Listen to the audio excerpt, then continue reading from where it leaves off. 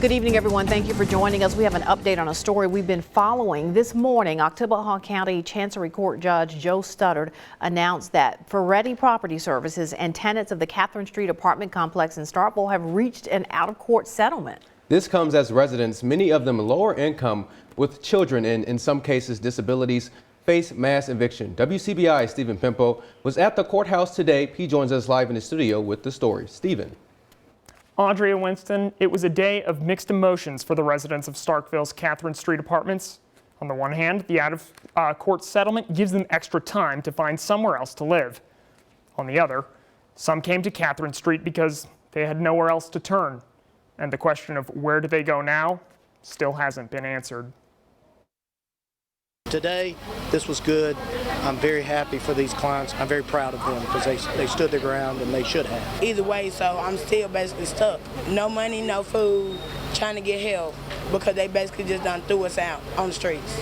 That summed up the reaction at the Oktibbeha-County Courthouse Wednesday morning after Judge Studdard announced that Ferretti Property Services and the 21 plaintiffs from the Catherine Street apartment complex reached an out-of-court settlement. Both sides were able to get what they thought was a fair resolution for both sides, and it gives our group more time. Residents of the Starkville apartment complex claim property owners went door to door with police on August 27th, telling them they had 1 hour to vacate the premises. How am I supposed to hold a newborn baby and move all my stuff out the house at the hour? Where am I supposed to be putting stuff on the porch? Attorney Austin Voller filed an injunction on the grounds that Ferretti did not give residents 30 days notice to leave. Wednesday's settlement gives tenants another extension to move out. I'm happy about the more time. I just feel like it was wrong altogether. Tenants who Ferretti property allegedly filed suit against in August now have an extra 9 days to move. Those that were due in court on September 29th now must be out by that day instead.